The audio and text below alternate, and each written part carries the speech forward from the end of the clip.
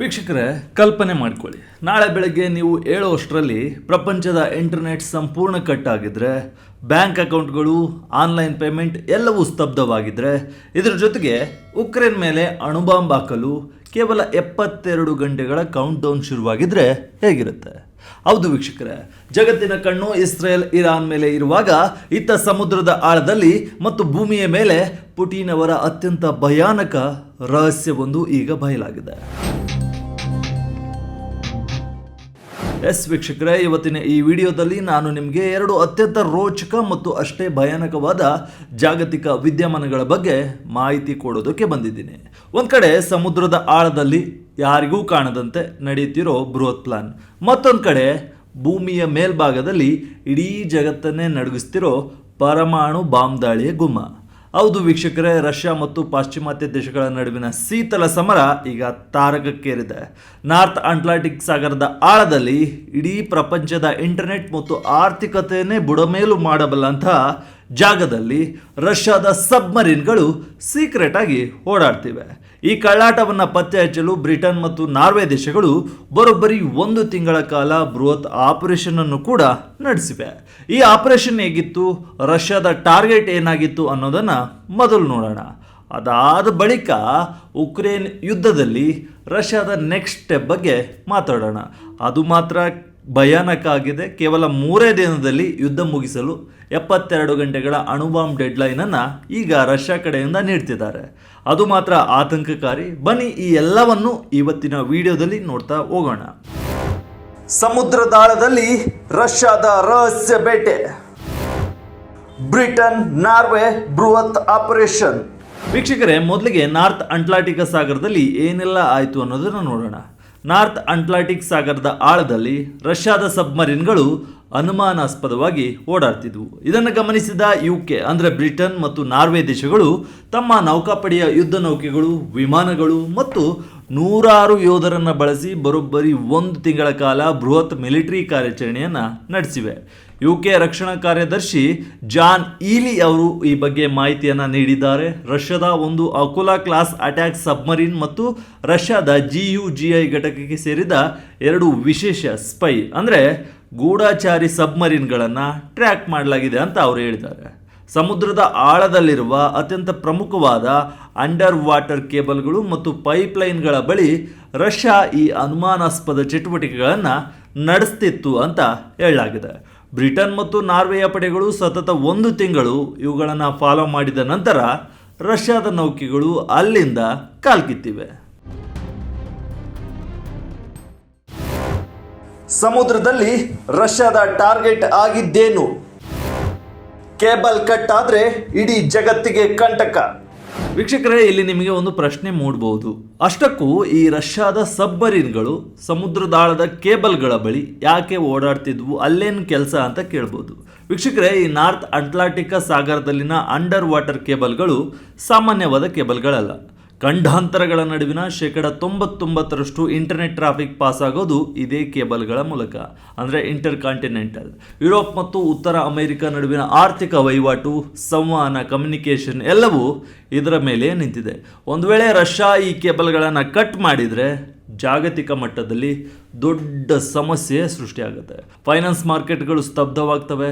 ಒಂದೇ ಒಂದು cable cut ಆದರೂ ಗಂಟೆಗೆ ಬರೋಬ್ಬರಿ $1.5 ಮಿಲಿಯನ್ ಲಾಸ್ ಆಗುತ್ತೆ ಅಂತೆ.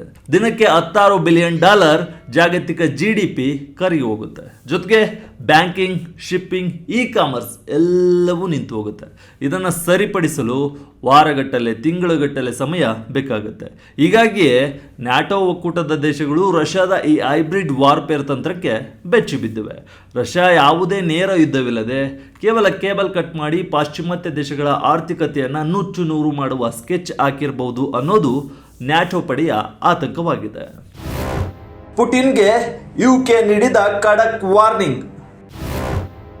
ಮಧ್ಯಪ್ರಾಚ್ಯದ ಕಡೆ ಗಮನ, ಇಲ್ಲಿ ರಷ್ಯಾದ ಆಟ.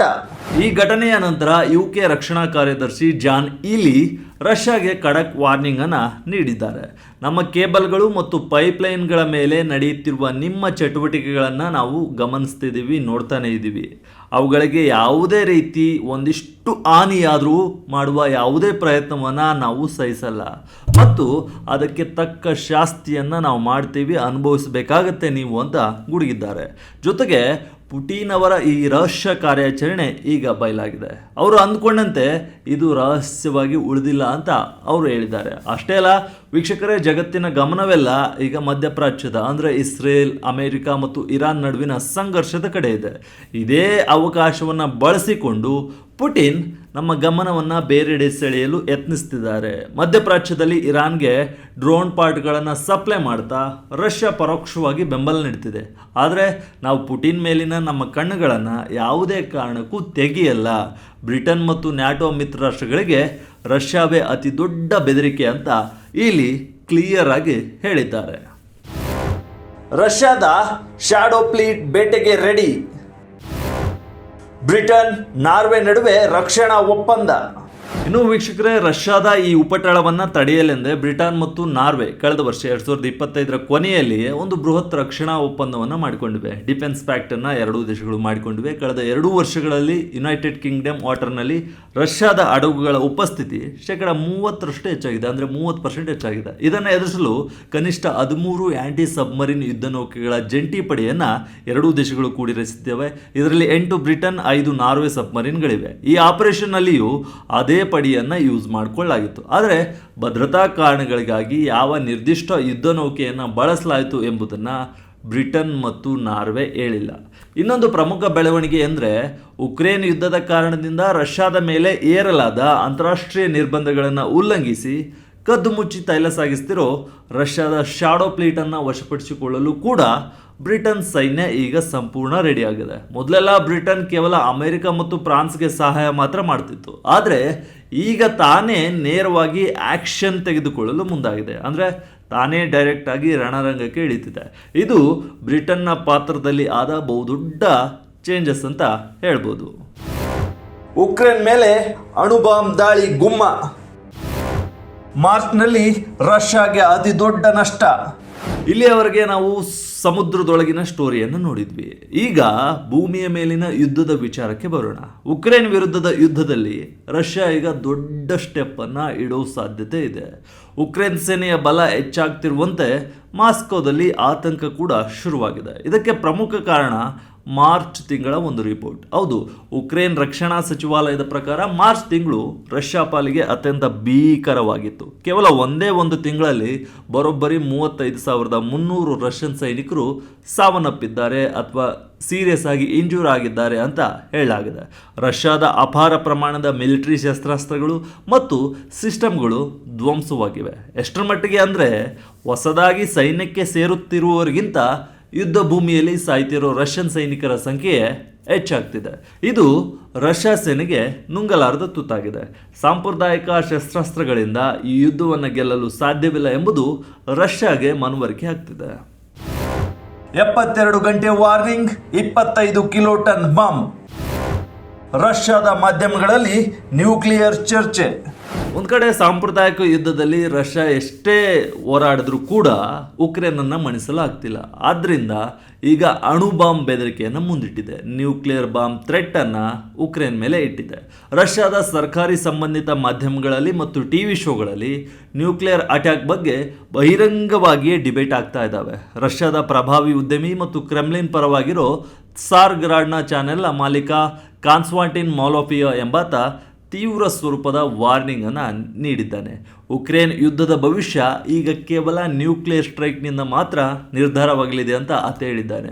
ಪಾಶ್ಚಿಮಾತ್ಯ ಉಕ್ರೇನ್ನಲ್ಲಿರುವ ನಾಗರಿಕರಿಗೆ ದಾಳಿಗೂ ಮುನ್ನ 72 ಗಂಟೆಗಳ ಮುಂಚಿತವಾಗಿ ಎಚ್ಚರಿಕೆಯನ್ನು ನೀಡ್ತೀವಿ, ವಾರ್ನಿಂಗನ್ನು ನೀಡ್ತೀವಿ. ಆನಂತರ 20ರಿಂದ 25 ಕಿಲೋಟನ್ ಸಾಮರ್ಥ್ಯದ ಅಣು ಬಾಂಬನ್ನು ನಾವು ಹಾಕ್ತೀವಿ. ಇದರಿಂದ ಉಕ್ರೇನ್ನಾದ್ಯಂತ ಭಾರಿ ವಿನಾಶ ಮತ್ತು ಆತಂಕ ಸೃಷ್ಟಿಯಾಗುತ್ತೆ. ಕೇವಲ 1 ತಿಂಗಳಲ್ಲಿ ಯುದ್ಧ ಎಂಡ್ ಆಗುತ್ತೆ ಅಂತ ಆತ ಹೇಳಿದ್ದಾನೆ.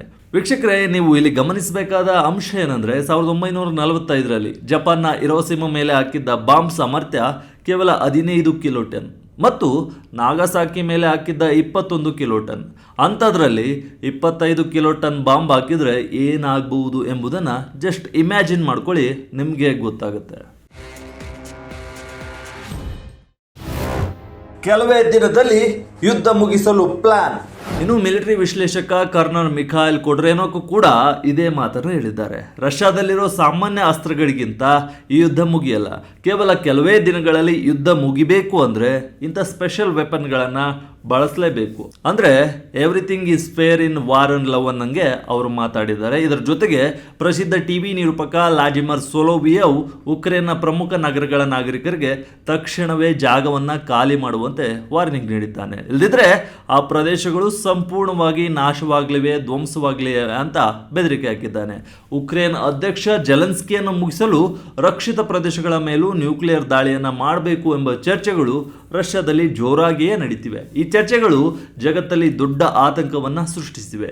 ಮುಂದೆ ಏನಾಗುತ್ತೆ ಎಂಬುದನ್ನು ಇಡೀ ಜಗತ್ತೇ ಕಾದು ನೋಡ್ತಿದೆ. ಅತ್ತ ಇಡೀ ಜಗತ್ತು ಮಧ್ಯಪ್ರಾಚ್ಯ ಯುದ್ಧದಲ್ಲಿ ಬ್ಯುಸಿಯಾಗಿದೆ.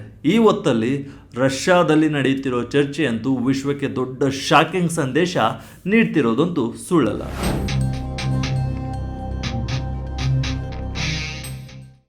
ಒಟ್ನಲ್ಲಿ ರಷ್ಯಾದ ನಡೆ ಜಗತ್ತನ್ನ ಆತಂಕಕ್ಕೆ ತಳ್ಳಿರೋದಂತೂ ಸುಳ್ಳಲ್ಲ. ಒಂದ್ ಕಡೆ ಸಮುದ್ರದಾಳದಲ್ಲಿ ರಷ್ಯಾದ ಸಬ್ಮರೀನ್ಗಳು ಇಡೀ ಪ್ರಪಂಚದ ಇಂಟರ್ನೆಟ್ ಮತ್ತು ಆರ್ಥಿಕ ಜಗತ್ತನ್ನೇ ಡಿಸ್ಕನೆಕ್ಟ್ ಮಾಡುವ ಪ್ಲಾನ್ ಅನ್ನ ಮಾಡ್ತಿವೆ. ಇದನ್ನ ತಡೆಯಲು ಬ್ರಿಟನ್ ಮತ್ತು ನಾರ್ವೆ ಆಗ ಅಲ್ಲಿರುಳು ಕಾವಲು ಕಾಯ್ತಿವೆ. ಇನ್ನೊಂದು ಕಡೆ ಉಕ್ರೇನ್ ನೆಲದಲ್ಲಿ ಯುದ್ಧವನ್ನ ಎಂಡ್ ಮಾಡಲು ರಷ್ಯಾದ ಅಣುಬಾಂಬ್ ಪ್ರಯೋಗಿಸುವ ಮಾತುಗಳನ್ನ ಆಡ್ತಿದೆ.